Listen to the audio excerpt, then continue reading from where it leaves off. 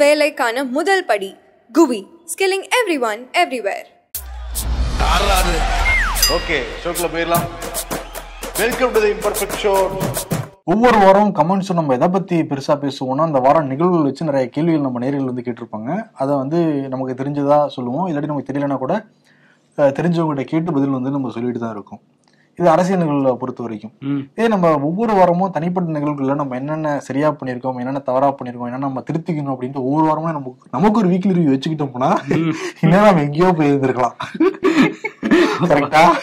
ஆமா, அப்ப வச்சுக்கல அப்படின்றீங்களா? இல்ல, அதையுமே கமெண்ட் ஷோ பண்ற மாதிரி நமக்கு நாமே ஒரு திட்டத்தை செயல்படுத்தி நமக்குன்னு ஒரு 1/2 மணி நேரம் ஒதுக்கி போன வாரம் என்னென்ன பண்ணோம், என்னென்ன பண்ணல, எங்கெல்லாம் நம்ம சறுக்கி இருக்கோங்கிறத நம்மளே ஒரு ஃபைன் டியூன் பண்ணிக்கிட்டோம்னா நமக்கு ஒரு இலக்கு அல்லது ஒரு நெடுதூர பயணம் இருந்துச்சுன்னா அதை நோக்கி போறதுக்கு இன்னும் நம்ம செமப்படுத்திக்கலாம் ஒரு எண்ணம் இன்னைக்கு காலையில எனக்கு தோணுச்சு. ஞாயிற்றுக்கிழமை காலையில அதை வந்து மதியமே சொல்லிட்டீங்க. ஏன்னா இன்னைக்கு வந்து நிறைய கேள்விகள் வந்து கேட்டிருந்தாங்க. பல கேள்விகள் வந்து என்னால வரனால பதிலே கண்டுபிடிக்க முடியல. பட் சம்பந்தப்பட்ட பேசி பதில வாங்கிட்டு தான் வந்திருக்கோம். இந்த வாரத்தை பொறுத்த வரைக்கும் இந்தியாவுக்கு ஒரு சோகமயமான ஒரு வாரம் தான். ஏன்னா 2 முக்கியமான நிகழ்வுகள் இந்தியாவில் நடந்தது. ஒன்னு, கேரளால ஏற்பட்ட வயநாடு நிலச்சரிவு. சுமார் 400க்கும் மேற்பட்டவங்க வந்து இறந்து போயிருக்காங்க. இது வரைக்கும் ஒரு 100க்கும் மேற்பட்டவங்க காணாம போயிருக்காங்க. அந்த தேடுதல் வேட்டை தொடர்ந்து நடந்துட்டு தான் இருக்கு. தேசிய பேரிடரை அறிவிக்கணும்னு எதிர்கட்சிகள் கேரளா கவர்மெண்ட் எல்லாம் கேட்டா கூட இது வரைக்கும் தேசிய பேரிடரை அறிவிக்கிறதுல மத்திய அரசாங்கம் தொடர்ந்து தயக்கம் காட்டிட்டு இருக்காங்க. இன்னொரு பக்கம் என்னன்னா, ஒலிம்பிக்ஸ்ல மல்யுத்த வீராங்கனை வினேஷ் போகத் இறுதி போட்டிக்குள்ள நுழைஞ்சு கடைசியில தகுதி நீக்கம் செய்யப்பட்டிருக்காங்க. எல்லாருமே நினைச்சாங்க வெள்ளியோ தங்கமோ இந்தியா கிடைக்க போகுதுன்னு எதிர்பார்த்துட்டு இருந்த சொல்லலாம். தகுதி நீக்கம்ங்கிற செய்தி எல்லாருக்கும் ஒரு பேரடியா வந்து விழுந்தது. இதை பத்தி நிறைய நேர்கள் வந்து கேள்வி எழுப்பியிருக்காங்க. இதை பத்தி நம்ம டீட்டெயிலாவே பேசலாம். ஆமா, அதுல வந்து ஒரு கேள்வி சிராஜுதீன் பாபு அப்படிங்கிறவர் வந்து கேட்டிருக்காரு. இந்த கமெண்ட் ஷோல பேசுங்கன்னு சொல்லியிருக்காரு. அதுக்குதான் ஷோல அதிக லைக்ஸ் எல்லாம் வேற வந்திருக்கு. அந்த கமெண்ட்ல இருந்து என்ன இருக்கு அப்படின்னா, நீ மெடல் வாங்கினால் நான் உனக்கு வாழ்த்து சொல்ல வேண்டி வரும். அதனால் உன்னை தகுதி நீக்கம் செய்கிறேன். அரையிறுதி வரை எந்த பிரச்சனையும் இல்லை. நேற்று இந்தியா முழுக்க ட்ரெண்ட் ஆனதை பார்த்து எங்க மெடல் ஜெயித்தால் நேரில் பார்க்க வேண்டுமோ என்று பயந்து இந்த சதி செயலை செய்திருக்கிறார்களா அப்படின்னு சொல்லி கேட்டிருக்காங்க. அதாவது மோடி வந்து மெடல் வாங்கினதுக்கு அப்புறம் அவங்கள பார்க்கணுமே, ஏன்னா அவங்க மத்திய அரசுக்கு எதிராக போராட்டம்லாம் நடத்தினாங்க. அதை ஒட்டி தான் அவர் வந்து கேட்டிருக்காரு. இது ஒரு கான்ஸ்பிரசி தியரி தான், மோடி கவர்மெண்ட் பின்னாடி இன்வால்வ் ஆயிருக்காங்களா அப்படிங்கிறது. பட் வந்து அதுக்கான வாய்ப்பே இல்லைன்னு தான் வந்து சொல்றாங்க. ஏன்னா எந்த நாட்டு தலைவருமே வந்து தன்னுடைய நாட்டை சேர்ந்த வீராங்கனை ஜெயிக்க கூடாதுன்னு நினைக்கவே மாட்டாங்க. ஏன்னா அங்க இந்தியாவுக்கு வந்து தங்கமோ வெளியே கிடைச்சா நமக்கு தானே அது பெருமை, நம்ம நாட்டுக்கு தானே அது பெருமை. அதை வந்து மைலேஜாக்க தான் பார்ப்பாங்களே தவிர ஒரு சதி பண்ணி மெடல் கிடைக்க விடாம பண்ணுவாங்களா அப்படிங்கிறது நமக்கு அறிவு கிட்டின வரைக்கும் அப்படி நினைக்க மாட்டாங்க. நினைச்சிருப்பாரான்லாம் நம்ம சொல்லவும் வந்து முடியாது. ஆனா என்னன்னா, போன வருடம் இப்ப இந்த ஏப்ரல் மே மாசத்துல எல்லாமே அந்த மல்யுத்த வீராங்கனை போராட்டம் டெல்லியில உச்சத்துல நடந்தது. வினேஷ் போகத், பஜ்ரங் புனியா உள்ளிட்ட நிறைய பேரு டெல்லியில ஜந்தர் மந்தர் ஆகட்டும், டெல்லியில மத்திய பகுதியில இருக்கட்டும், வீராங்கனைகளுக்கு அந்த மல்யுத்த சம்மேளன தலைவர் பிரிஜ்பூஷன் சரண் சிங் பாலியல் தொல்லை கொடுக்குறாரு. 5 பேர் கொடுத்துருக்காரு. அதுல முக்கியமா ஒரு பெண் வந்து 16 வயசுக்கு கீழே இருக்கிறதே சொன்னாங்க. போக்சோ சட்டம் எல்லாம் பாஞ்சுது. அதற்கு பெண் அப்படி இல்ல, அவங்க பெற்றோர்கள் வந்து இல்லைன்னு சொன்னதுனால போக்சோ சட்டமும் பிரிஜ்பூஷன் சரண் மேல இருந்து விலக்கப்பட்டது. கிட்டத்தட்ட 1.5 மாசமா அந்த போராட்டம் வந்து நடந்துட்டே இருந்தது. அந்த காவலர்கள் எப்படி இவங்க வினேஷ் போகத்தை கையாண்டாங்கன்னு தெரியும். அந்த நிறைய அந்த போட்டோஸ் எல்லாம் ஷேர் ஆகிட்டு இருந்தது. அந்த பிரவுன் கலர்ல ஒரு டிஷர்ட் போட்டிருப்பாங்க, காவலர்கள் அப்படியே கழுத்தை பிடிச்சி தூக்குவாங்க. இப்ப அந்த கழுத்து மேலேயே அந்த கோல்டு மெடல் எல்லாம் வந்து கிரியேட் பண்ணி எல்லாம் போட்டுக்கிட்டு இருந்தாங்க. அந்த அளவுதான் காவலர்கள் வந்து கையாண்டாங்க. இன்னொரு பக்கம் என்னன்னா, வினேஷ் போகத்து இன்னொரு வீராங்கனையும் பஸ்ல போய்கிட்டு இருக்கிறப்ப அந்த போட்டோஷாப் எல்லாம் பண்ணாங்க. பிஜேபி சார்ந்தவங்க சிரிக்கிற மாதிரி எல்லாம் போட்டிருந்தாங்க. அதுவுமே ரொம்ப வந்து சர்ச்சையை ஏற்பட்டது. போன வருஷமே இந்த வருஷம் ஒலிம்பிக் நடக்க போகுது, நீங்க அதுக்கு பயிற்சி எடுங்கன்னு நிருபர்கள் கேட்ட கூட அவங்க என்ன சொல்லியிருந்தாங்கன்னா, அங்க நாங்க போராடுற போறது ஒரு வீராங்கனை கூட தான், இங்க நான் வந்து போராடினா என்னோட சகோதரிகள் பல பேருக்கு விடிவுகள் கிடைக்கும் தான் வந்து தொடர்ந்து போராடிட்டு இருந்தாங்க. இன்கேஸ் அப்பவே இந்த மாதிரி பிரச்சனைகள் எதுவுமே இல்லாம பிஜேபி காரர் தான் தொடர்பு கொடுக்குறாருன்றப்போ ஒரு விசாரணையோ இல்ல பிரதமர் மோடியோ நேரடியாக கூப்பிட்டு வந்து பேசியிருந்தாலோ அவங்களுக்கான பயிற்சியை தொடர்ந்து அவங்க எடுத்திருக்கவும் முடியும். 57 கிலோ இருந்திருக்காங்க வினேஷ் போகத். கடந்த 7 மாசத்துக்கு முன்னாடி தான் 57 கிலோ இருந்து மெல்ல மெல்ல குறைஞ்சு 50 கிலோவுக்கு வந்திருக்காங்க. இது முன்னாடியே இந்த மாதிரி எந்த விதமான பிரச்சனை இல்லைன்னா கிட்டத்தட்ட 1.5 வருஷமாவே 50 கிலோ இதுல அவங்க தொடர்ந்து பயிற்சி எடுத்துட்டு இருந்திருக்கலாம். என்னென்ன மாதிரி ஹடில் சூரம் என்ன மாதிரி நமக்கு சிரமங்கள் ஏற்படுங்கிறதெல்லாம் தெரிஞ்சுக்கிட்டு இன்னும் இறங்கி அடிச்சிருப்பாங்க. இப்பவே இறங்கி அடிச்சுதான் ஃபைனல் வரைக்கும் போயிருக்காங்க. இப்ப எவ்வளவு மன அழுத்தம், இவ்வளவு தூரம் பிரச்சனையை தாண்டியுமே வந்திருக்காங்கன்னா எல்லா சப்போர்ட்டிங் சிஸ்டமும் கரெக்டா இருந்ததுன்னா எங்க வந்திருப்பாங்க, தொடர்ந்து ஜெயிச்சு வந்திருப்பாங்க. இன்னொரு விஷயம் என்ன முக்கியமா சொல்லணும்னா, ஜப்பானை சேர்ந்த மல்யுத்த வீராங்கனை சுகேசி, அவங்களுக்கு கடந்த 4 வருஷமா அந்த கவர்மெண்ட்டே நிறைய ஃபண்ட் பண்ணி, எல்லாருக்குமே கவர்மெண்ட் தான் ஃபண்ட் பண்றாங்க, ஃபண்ட் பண்ணி நல்லா கோச்சிங் கொடுத்து அவங்களுக்கு வந்து பிசியோதெரபிஸ்டே கூட நிறைய பேர் வந்திருக்காங்க. அதே மாதிரி கோச் 2-3 பேர் வந்திருக்காங்க, டைட்டிஷியன் கூட வந்திருக்காங்க. டைட்டிஷியனா அந்த வீராங்கனைக்கு மட்டும் தனியான டைட்டிஷியன்லாம் இருந்திருக்காங்க. அந்த மாதிரி வினேஷ் போகத்துக்கு இருந்தாங்கன்னா வினேஷ் போகத்துக்கு கிடையாது. இருந்தாலும் கூட ஒலிம்பிக் செலக்ஷன் ஆரம்பிச்சு 83 போட்டி வரைக்கும் சுகேசி தோக்கவே கிடையாது. தோத்தது வினேஷ் போகட் மட்டும் தான் தோத்துருக்காங்க. அது வினேஷ் போகத்துடைய அந்த மன தைரியம் எவ்வளவுங்கிறது நம்மளால புரிஞ்சுக்க முடியுது. ஒவ்வொரு டைமும் அவங்க ஆப்போசிட்ல போராடுறப்ப அந்த ஜப்பானை சேர்ந்த வீராங்கனையோ, உக்ரைனை சேர்ந்த வீராங்கனையோ, கியூபாவை சேர்ந்த வீராங்கனையோ அவங்க போராடி இருக்க முடியாது. வேற யாரையோ மனசில் நினைச்சுதான் போராடுறாங்கனால புரிஞ்சுக்க முடியுது. இவ்வளவு தூரம் அடல்ட்ஸ் இருந்துமே இவ்வளவு வந்திருக்காங்கன்னா உங்களுடைய வில் பவர் நினைச்ச முன்னாடி நம்மளால வைக்காம இருக்க முடியல. ஆமா, கண்டிப்பா. அந்த இப்ப பாருங்க, கட்டது 100 கிராம் 100 கிராமால போயிருச்சுங்கிறது அந்த ஆதங்கத்தை எடுத்துக்கவே முடியல. இவங்க சொன்ன மாதிரி மோடியோ இல்ல மறைமுகமோ சதி பண்ணிருப்பாங்களான்னு கேட்டா அதுக்கான விடைகள். ஆனா வந்து அந்த மன அழுத்தம், நீங்க சொன்ன மாதிரி அந்த போராட்டத்துல கண்ணீர் விட்டே அழுதாங்க. பிரதமர் எங்கள்கிட்ட பேசணும் அப்படின்லாம் சாக்ஷி மாலிக் சொன்னாங்க, இவங்க வினேஷ் போகட் சொன்னாங்க. ஆனா 2 பேரும் கடைசியில கண்ணீர் விட்டு அழுதுமே பிரதமர் மோடியோ யாருமோ வந்து பேசல. இத்தனைக்கும் இவங்க கம்ப்ளைண்ட் பண்ணிட்டு வந்ததை அடுத்த நிமிஷமே அங்க பிரதமர் அலுவலகத்துல இருந்து பிரிஜ்பூஷனுக்கே சொல்லியிருக்காங்க. அந்த அளவுக்கு அந்த பிரிஜ்பூஷனோட நெட்வொர்க்குங்கிறது ரொம்ப ஸ்ட்ராங்கா இருக்கு அப்படின்லாம் சொன்னாங்க. இப்பயுமே ஸ்ட்ராங்கா தானே. பிரிஜ்பூஷன் சரண் சிங்க்கு கொடுக்கல, யாரும் இருக்காங்க, அவரோட மகனுக்கு தானே எம்பி சீட்டு கூட அழகு போக்குறாங்க. ஆமா, எம்பி சீட்டு கொடுத்தாங்க பிஜேபியில. சரி, இதுல வந்து இன்னொரு கமெண்ட்டுமே வந்து வந்திருந்துச்சு. அதுல பழனி ஆண்டவர் அப்படிங்கிற ஒரு யூடியூப் அக்கௌண்ட்ல இருந்து பபிதா போகட் 2019 வந்து பாஜகல சேர்ந்துட்டாங்க. அவங்க முதல் தேர்தலில் தோத்தும் போயிருக்காங்க. அந்த போகட் குடும்பமே வந்து பிஜேபி குடும்பம் தான். விளையாட்டை வந்து அரசியல்ல கலக்காதீங்க, இது விளையாட்டு தான், விளையாட்டாவே இருக்கட்டும். ஏன்னா இந்த மாதிரி அரை செய்தி சொல்ற ஊடகங்கள் தான் இந்த மாதிரிலாம் பரப்புறாங்கிற மாதிரி ஒரு கமெண்ட் வந்து போட்டிருந்தாரு. அதுல வந்து வினேஷ் போகட் குடும்பமே வந்து பிஜேபி குடும்பமா அப்படின்னு கேட்டா அது இல்லை அப்படிங்கறதா நமக்கு கிடைச்ச பதில். ஏன்னா ஹரியானால அவர் சொன்ன மாதிரி பபிதா போகட் 2019 வந்து போய் சேர்ந்திருக்காங்க பிஜேபியில. அவங்க அப்பா அந்த மகாவீர் சிங் போகத் அவரும் வந்து போய் சேர்ந்திருக்காரு. 2 பேரும் மட்டும்தான் பிஜேபியில சேர்ந்திருக்காங்களே தவிர மற்ற யாரும் கட்சியில உறுப்பினராக கூட இல்லை அப்படிங்கறதான் நமக்கு தெரிஞ்ச விஷயம். இதுல இவங்க குடும்பம் இப்ப இந்த மகாவீர் சிங் போகட் அவர் வந்து நிறைய ஊடகங்கள்ல பேசுறதை நம்ம பார்க்க முடிஞ்சது. என்னால வந்து 100 வினேஷ் போகத்தை உருவாக்க முடியும் அப்படின்லாம் கான்ஃபிடென்ட்டா பேசியிருந்தாரு. மெடல் போனதுக்கு அப்புறம் நீங்க வந்து ஓய்வு அறிவிச்சாங்க வினேஷ் போகட். இல்ல, நீ ஓய்வு அறிவிக்க கூடாது, நீ யோசிக்கணும்லாம் சொல்லி இவர் பேசிட்டு இருந்தாரு. இவர் யாரு அப்படின்னு பார்க்கும்போது இவருமே ஒரு மல்யுத்த வீரர் தான். மகாவீர போகத்துமே மல்யுத்த வீரர். இவர் ஹரியானால பிவானி மாவட்டத்துல ஒரு சின்ன கிராமத்துல பிறந்து வளர்ந்தவர் தான். இவருக்கு 5 குழந்தைங்க, அதுல வந்து 4 பேர் பெண்கள். அதுலதான் வந்து பபிதா போகத், கீதா போகத், ரீத்து போகத், சங்கீதா போகத், அதுக்கப்புறம் துஷ்யந்த் அப்படிங்கிற ஒரு மகன் இருக்காரு. இவரோட மகாவீரோட சகோதரர் தான் ராஜ்பால் சிங். அவரோட பெண்கள் தான் வந்து பிரியங்கா போகத்தும் வினேஷ் போகத்தும் வந்து அவரோட பெண்கள். ராஜ்பால் சிங் வந்து அவரோட மரணத்துக்கு அப்புறம் மகாவீர் சிங் தான் வினேஷ் போகட்டையும் சரி பிரியங்கா போகட்டையும் பார்த்துட்டு வராரு. ஸோ போகத் சிஸ்டர்ஸ் அப்படிங்கிறதே அங்க மல்யுத்தத்துல ஹரியானால ஒரு பெரிய ஒரு ஃபேமிலி. மல்யுத்தம் அப்படிங்கும் போதே இவங்க போகத் சிஸ்டர்ஸ் தான் அங்க எல்லாருக்குமே நினைவுக்கு வருவாங்க அப்படின்னு சொல்றாங்க. 6 பேர் இருக்காங்க. 6 பேருமே மல்யுத்தத்துல பல கட்டங்கள்ல பல போட்டிகள்ல வந்து ஜெயிச்சிருக்காங்க. அமீர் கான் நடிச்ச அந்த தங்கல் படம் நிறைய பேர் வந்து பார்த்திருப்போம். அதுல வந்து இந்த போகத் ஃபேமிலியில உள்ள பெண்களை வச்சு பபிதா இவங்களெல்லாம் வந்து ஒரு இன்ஸ்பிரேஷனா எடுத்துக்கிட்டு வந்த படம் தான் அது அப்படின்னு சொல்றாங்க. ஸோ இப்படி ஒரு குடும்பத்துல இவங்க 2 பேர் மட்டும்தான் பிஜேபியில இருக்காங்க. அதுவும் அவங்க 2019 தாத்ரிங்கிற தொகுதியில சீட்டு கொடுத்துச்சு பிஜேபி. ஆனா அவங்க தோல்வி தான் கிடைச்சது. சுயேட்சை வேட்பாளர் தான் அங்க வந்து வெற்றி பெற்றாரு. அதே நேரத்துல வினேஷ் போகட்டும் வந்து பிஜேபிக்காரங்க அப்படிங்கிறதுக்கான எந்த ஒரு இதுவுமே இல்லை. அவங்க வந்து இந்த விஷயத்துல குறிப்பா அந்த வீராங்கனைகளுக்கு பாலியல் தொல்லை கொடுத்த விஷயத்துல மத்திய அரசுக்கு எதிராக ஒரு போராட்டத்தை நடத்தினாங்க. இந்த போராட்டத்தை நடத்தும் போது கூட பபிதா போகட்டை விமர்சிச்சிருக்காங்க. என்ன சொல்லியிருக்காங்க அப்படின்னா, பபிதாவுக்கு அவங்களோட அரசியல் கேரியர் தான் முக்கியமா தெரியுது, வீராங்கனைகளோட இந்த போராட்டம் அவங்களுக்கு நடந்த அநீதியெல்லாம் அவங்களுக்கு முக்கியமா தெரியலங்கிற மாதிரி விமர்சிச்சிருக்காங்க.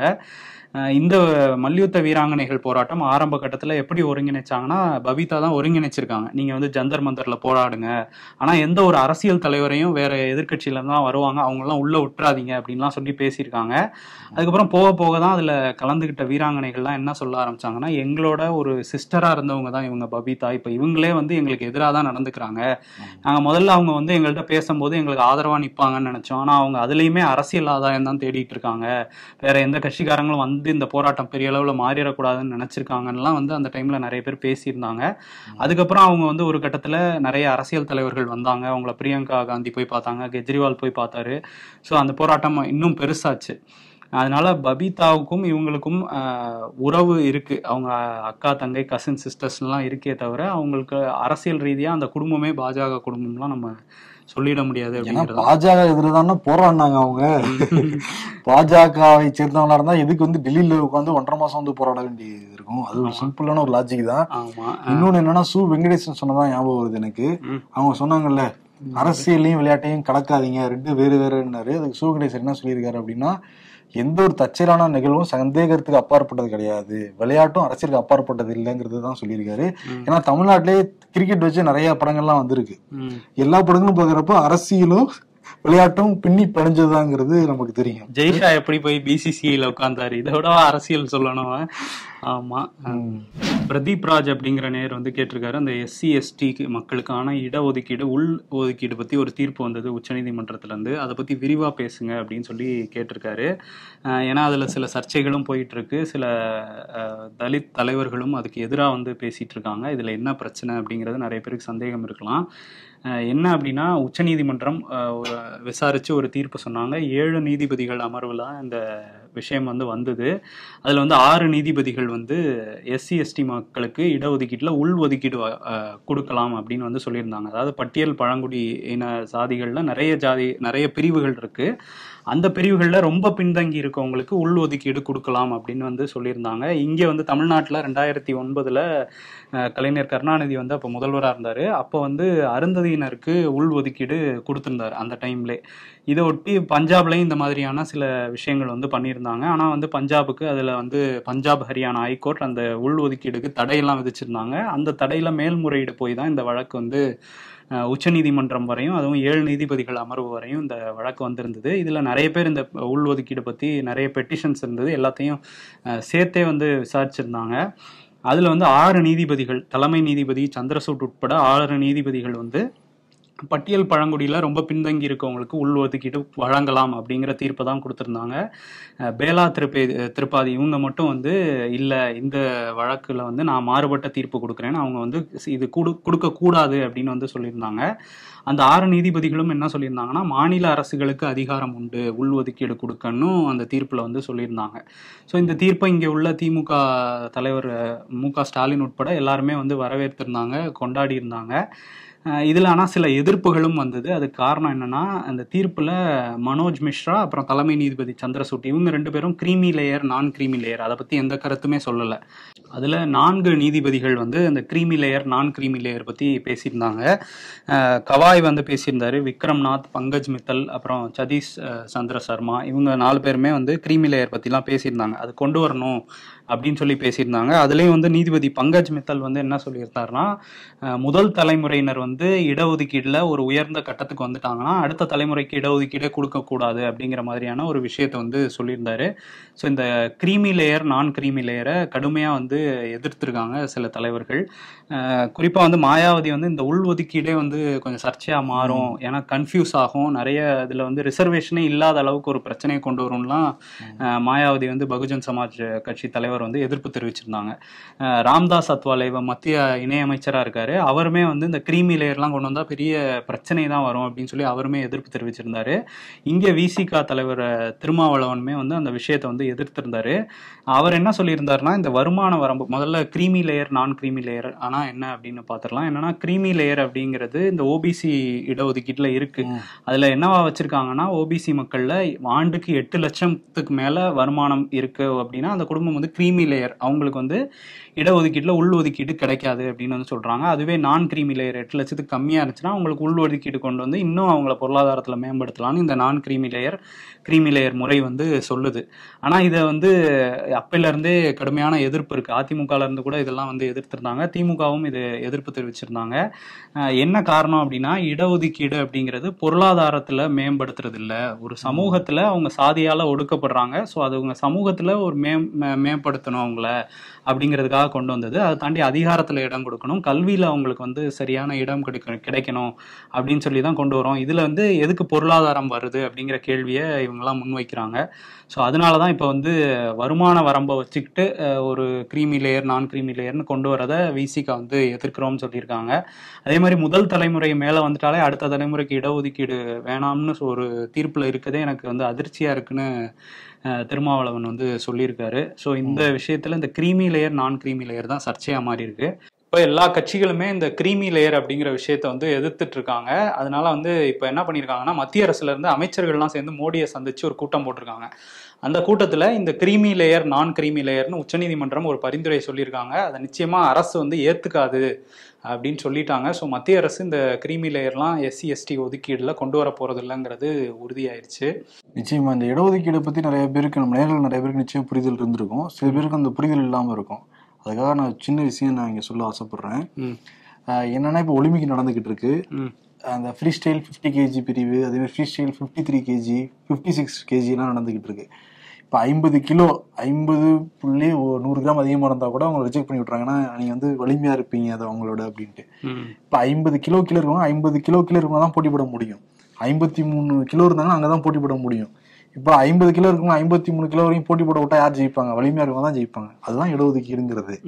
ஆமா, அதுல சமூகத்துல பின்தங்கி நிக்கிறோம் அப்படிங்கிறவங்க அவங்கள முன் கொண்டு வந்து விடுறதுக்கு தான் அந்த இடஒதுக்கீடு.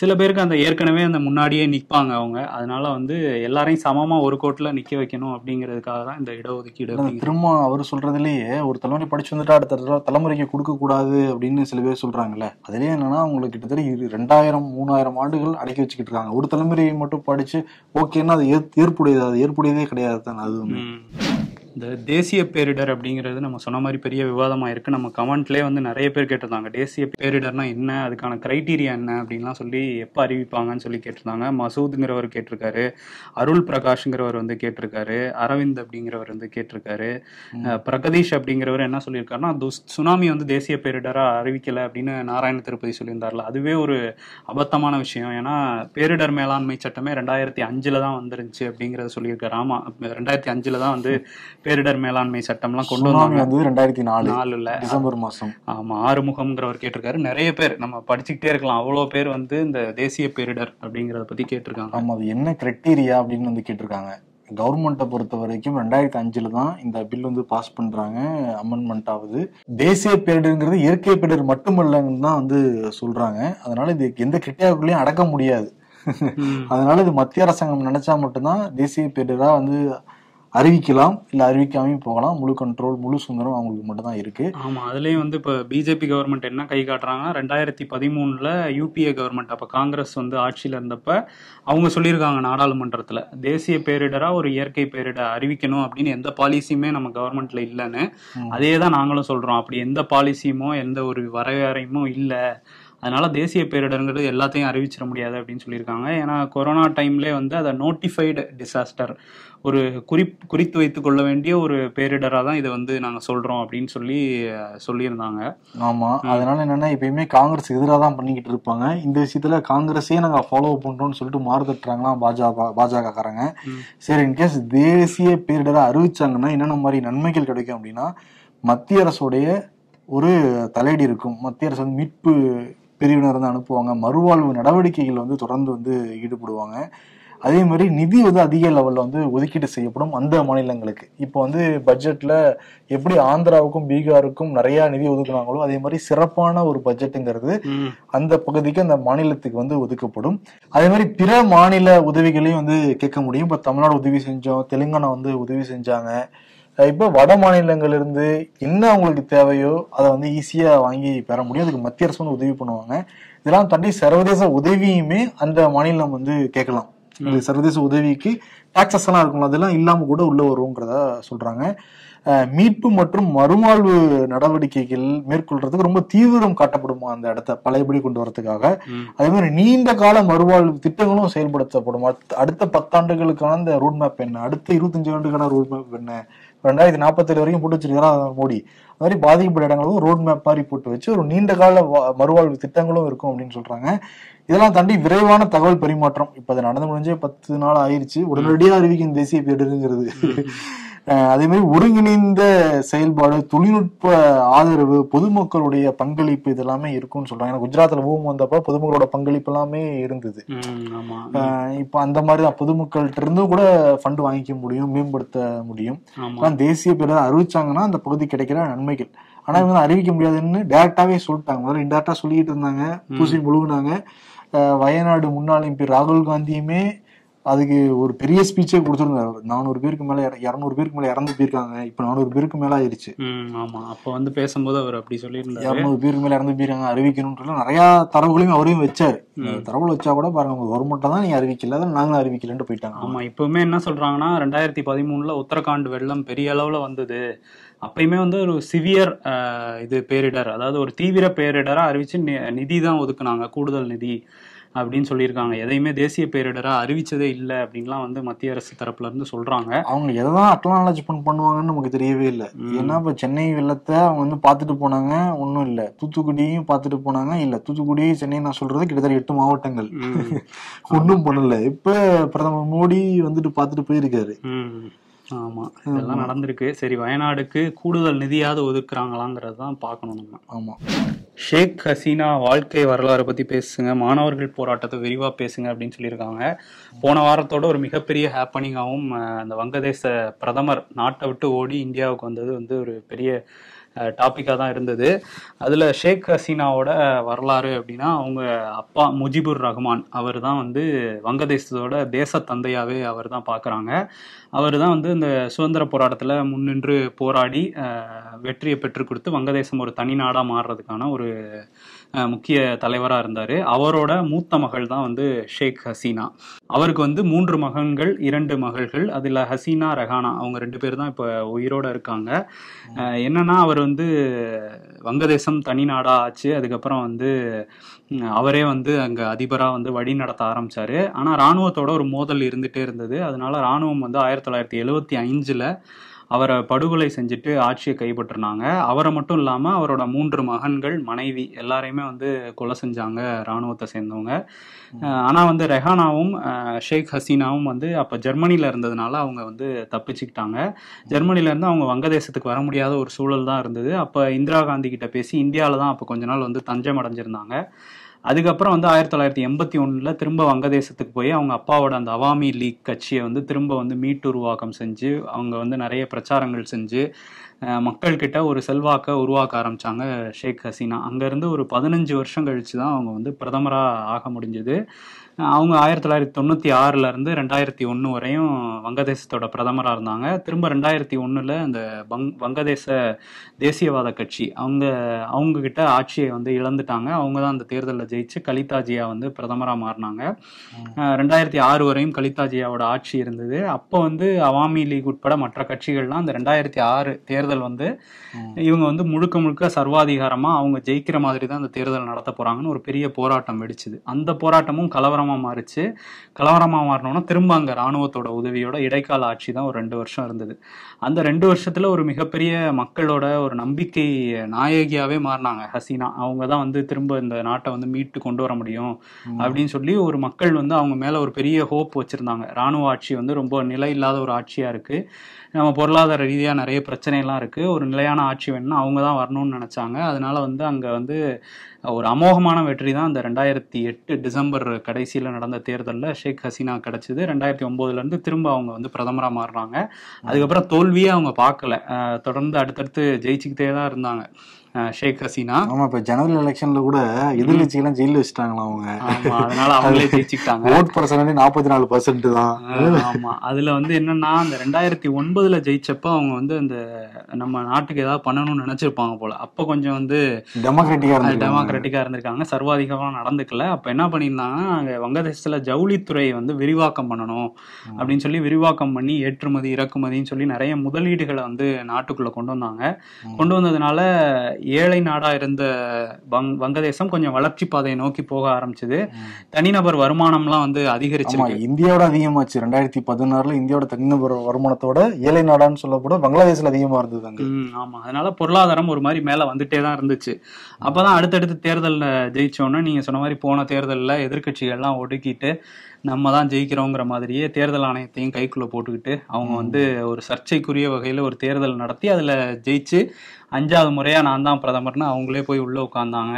இப்போ வந்து மாணவர்கள் போராட்டம் அது எதுக்காக நடந்ததுன்னு நம்ம நிறைய பேசியிருக்கோம். ஏன்னா பாகிஸ்தானுக்கு எதிரான அந்த சுதந்திர போராட்டத்துல உயிர் நீத்தவங்களுக்கோட வாரிசுகளுக்கு 30% இடஒதுக்கீடு கொடுத்துருந்தாங்க. அது வந்து ஒரு பெரிய சர்ச்சையா மாறிச்சு. அப்புறம் தான் உச்சநீதிமன்றம் அதை 5% குறைச்சாங்க. இந்த இடஒதுக்கீடை தாண்டி இன்னொரு விஷயமும் அவங்களுக்கு பெரிய ஒரு அடியா அந்த சர்வாதிகாரம், ஊழல், பொருளாதார சிக்கல் இதெல்லாம் தாண்டி வேலை வாய்ப்பின்மை அவங்களுக்கு ஒரு பெரிய பிரச்சனையா இருந்துச்சு. ஏன்னா நீங்க வந்து 30% அரசு பணியிடங்களை அவங்க ஒரு தரப்புக்கே கொடுத்துறீங்க, எங்களுக்கு ஏற்கனவே வேலையே கிடைக்க மாட்டேங்குது தான் இளைஞர்கள் கிட்ட அந்த ஒரு கொந்தளிப்பு இருந்தது. ஸோ அதனாலதான் அந்த போராட்டம் நடந்தது. ஓகே, புரியுது. வேலை வாய்ப்பு இல்லைன்னா கடைசியில வேலையும் இல்லைங்கும் போது அரசு எதிர்த்து போராடி தான் நம்ம உரிமையை பெறணுங்கிற கட்டத்துக்கு வருவாங்க. வரும்போது இந்த மாதிரி தலைவர்கள் வருவாங்க, நாட்டை விட்டு ஓட வேண்டிய நிலைமை வரும். பொதுவா சொல்றாங்க. ஏன்னா இலங்கையில பார்த்தோம், கோத்தபய ராஜபக்சேவை ஓட விட்டாங்க. ஆமா, அங்க நேர்ல கூட போயிருந்தோம்னாங்க. மாணவர்கள் எழுச்சி வேற லெவல் இருந்தது. ஏன்னா இளைஞர் எழுச்சி முன்னாடி நிக்க முடியாது. உண்மைதான். ராணுவமா இருந்தாலும் சரி, சர்வாதிகளா இருந்தாலும் சரி, அவங்களோட தலைகள் வீழ்த்தப்பட்டே தீரும். ஏன்னா அங்க ஷேக் முஜிபுர் ரஹ்மானோட சிலையை உடைச்சாங்க. அங்க இதெல்லாம் தாண்டி என்னன்னா அந்த பார்லிமெண்ட், எப்பயுமே பார்லிமெண்ட் ஒரு கோயில் அப்படின்லாம் வந்து சொல்லுவாங்க. பார்லிமெண்ட் பயபக்தியா இருக்க வேண்டிய இடம்பாங்க. ரொம்ப அதிர்ச்சியான விஷயம் அதுதான். இளைஞர்கள் வந்து போராட்டத்தை முன்னெடுக்கிறாங்களா, ஓகே தான். ஆனா அந்த அரசியல் புரிதல் இருக்கா அப்படிங்கிறது தெரியல. அந்த அந்த ஆக்ரோஷத்துல எல்லாரும் ஒரே மாதிரிதான் பண்ணுவாங்க. அந்த ஒரு கூட்டு மனப்பான்மை மாதிரி ஒண்ணு பண்ணுவாங்கல்ல. பங்களாதேஷ் பார்லிமெண்ட்டுக்குள்ளாரையே போய் நிறைய பேர் வந்து சிகரெட்டு பிடிச்சிக்கிட்டு இருந்தாங்க. நிறைய பேர் வந்து சரக்குலாம் அடிச்சுக்கிட்டு இருந்தாங்க.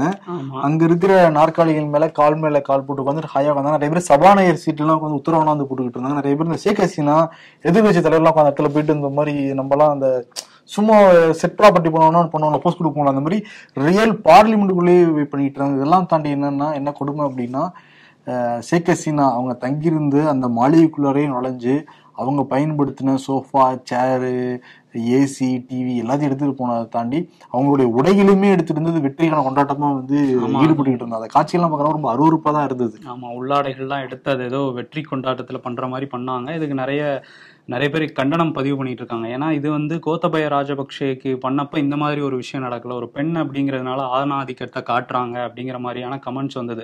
இதை சொன்னவங்க யாருமே ஷேக் ஹசீனாவுக்கு ஆதரவானவங்க அப்படின்னு சொல்லிட முடியாது. ஏன்னா அவங்க வந்து சர்வாதிகாரத்தை எதிர்க்கணும், ஆனா அதுக்கான வழி இது கிடையாது, இது வந்து ஒரு ஆணாதிக்கத்துக்கான ஒரு அடையாளம் தான்லாம் சொல்லி நிறைய பேசியிருந்தாங்க.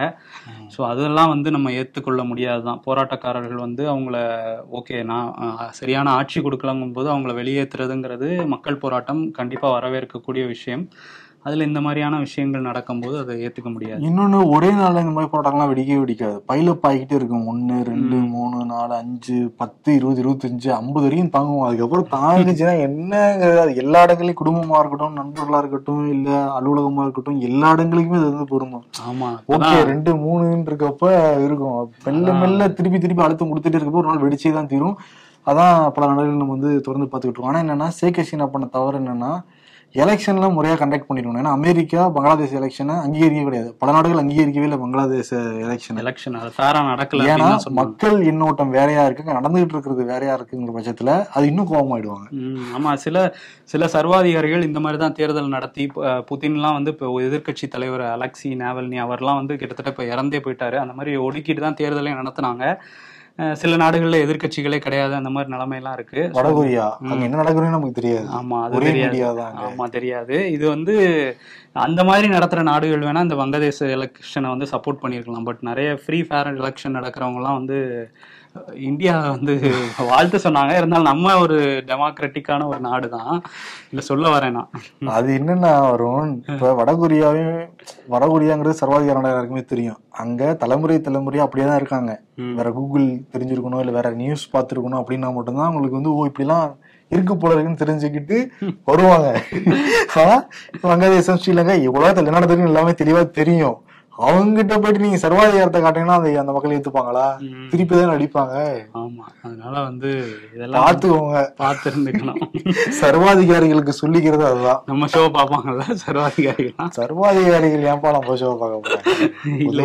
எச்சரிக்கை எல்லாம் சொல்லிட்டு இருக்காங்க. எச்சரிக்கையா? இல்ல மக்கள் எச்சரிக்கை விடுத்திருக்காங்கன்னு சொல்ல வரோம்னு சொல்றேன். சரி, ஆமா, இந்த கருத்துடைய பதிவு உங்களுக்கு பிடிச்சிருக்கும்னு நினைக்கிறோம். நீங்க கேட்ட கேள்விகள் நிறைய லைக்ஸ் வந்தது.